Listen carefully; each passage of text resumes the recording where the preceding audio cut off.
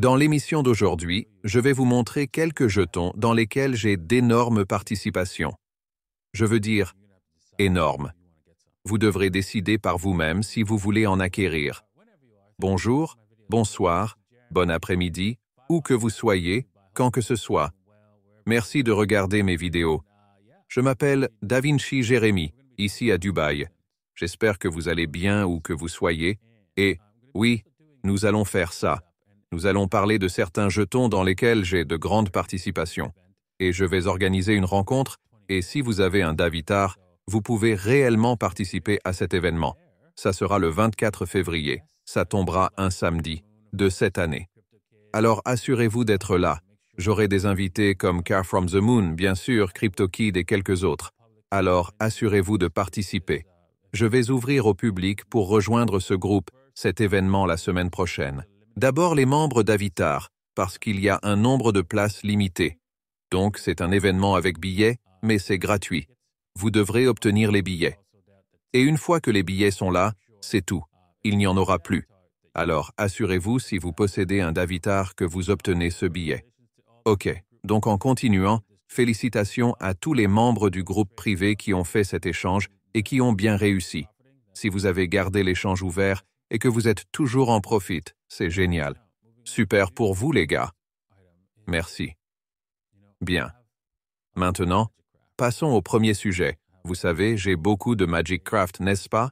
J'ai beaucoup comme plus de 100K dans ces choses. Et regardez ça. Ce truc a un beau graphique prêt à décoller. Surtout en entrant dans ce marché haussier, vous avez une opportunité incroyable, aucune garantie de la part de la direction. Je pourrais finir avec rien ici et je suis prêt à l'accepter.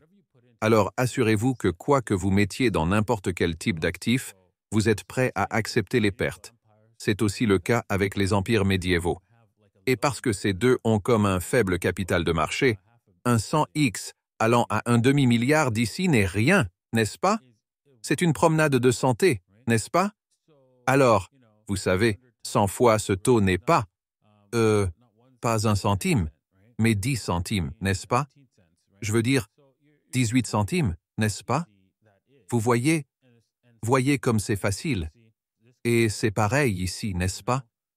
Vous pouvez voir que cela peut aller à, vous savez, un demi-milliard facilement. Et quelle est la valeur par pièce? Quoi? 90 centimes, c'est une promenade de santé, n'est-ce pas? Surtout depuis que vous savez, j'ai joué à empires médiévaux. Et, en fait, vous pouvez accéder aux empires médiévaux si vous avez un Davitar et vous pouvez simplement le demander et boum, vous pouvez jouer au jeu. J'ai envoyé des emails à pas mal de gens et donc tout le monde ne répond pas, mais hey oui, c'est comme ça. Si vous voulez rejoindre le jeu, vous pouvez être parmi les premiers dans le jeu et empires médiévaux et jouer avec moi. Et puis aussi plus tard, une fois qu'il sera publié, parce qu'il n'est pas encore publié. Avoir une longueur d'avance sur toutes les personnes qui doivent se joindre au jeu après le fait. Alors autant le faire. Ok. Qu'est-ce que les hypothèques soutenues par crypto et comment fonctionnent-elles? Ou les hypothèques soutenues par crypto expliquées en utilisant des crypto-monnaies comme Bitcoin ou Ethereum. D'autres actifs numériques comme garantie pour obtenir un prêt hypothécaire standard est connu comme une hypothèque soutenue par crypto. Oh, je ne savais pas que vous pouviez faire ça, mais l'idée d'utiliser des crypto-monnaies comme garantie de prêt a émergé à mesure que le marché des crypto-monnaies gagnait en popularité. L'extrême volatilité et le potentiel d'appréciation significative en valeur sur le marché crypto ont inspiré l'idée de tirer parti de ces actifs numériques pour sécuriser des spreads conventionnels. Dans les hypothèques soutenues par crypto, le montant du prêt est basé sur la valeur de la crypto-monnaie et les actifs numériques sont conservés comme sécurité jusqu'à ce que le prêt ait été remboursé. Pour permettre une transaction sûre et ouverte, ces organisations utilisent la technologie blockchain et des contrats intelligents pour faciliter le prêt garanti par crypto-monnaie, qui utilisent des actifs numériques comme sécurité pour obtenir des prêts. Intéressant. Lorsque la plateforme de prêt décentralisée appelée Salt Lending a été introduite en 2018, elle est devenue le premier cas notable d'une hypothèque soutenue par crypto-monnaie. Les emprunteurs peuvent utiliser leurs avoirs en crypto-monnaie comme sécurité pour le prêt via Salt Lending. Bien que l'idée ait rencontré des problèmes légaux et réglementaires, l'entreprise a plus tard modifié ses offres. Ok, voilà. Donc, je veux dire, vous devez faire attention, bien sûr, vous savez, s'ils vont liquider ce prêt. Mais encore, l'hypothèque est aussi probablement une partie du soutien. Alors, ce n'est pas une grosse affaire. Je veux dire, oui, je me demande quels sont tous les critères si vous devez mettre autant en garantie pour votre hypothèque et des choses comme ça. Parce que voici la chose. Vous avez l'hypothèque de la maison et la crypto-monnaie. Je veux dire, c'est un peu des actifs surcollatéralisés. Donc, je serai préoccupé par ça. Ok, en continuant. Un exécutif de Vanek déclare que l'interruption de Solana pourrait avoir été déclenchée manuellement. Bouton d'arrêt, oui, pas surpris. Nous avons parlé de cela dans l'émission de The Moon. Je pense que les problèmes avec Solana sont clairement une indication de centralisation. Aucune autre crypto-monnaie n'a ce type de problème parce que si vous le faites, n'est-ce pas, votre mathématique est fausse, n'est-ce pas? Et la seule autre façon que cela soit faux est si vous l'avez centralisé, n'est-ce pas? Alors, parce que dans la plupart des crypto-monnaies, vous devez tout mettre à jour. Alors, le chef du centre de recherche sur les actifs numériques a révélé qu'il y a des spéculations autour de la cause de la dernière interruption de Solana qui a arrêté la blockchain pendant 5 heures. Siegel explique que le bug qui a créé l'interruption du service était lié à un filtre de paquets de Berkeley, qu'il pourrait avoir été déclenché manuellement. Ok. Bien, je veux dire, voici la chose. Qu'il l'ait fait ou non, je pense qu'il y a un problème ici. Avec Solana parce que les interruptions sont fréquentes. Blagues à part, parfois en ligne, c'est Sol. Je veux dire, à long terme, je pense.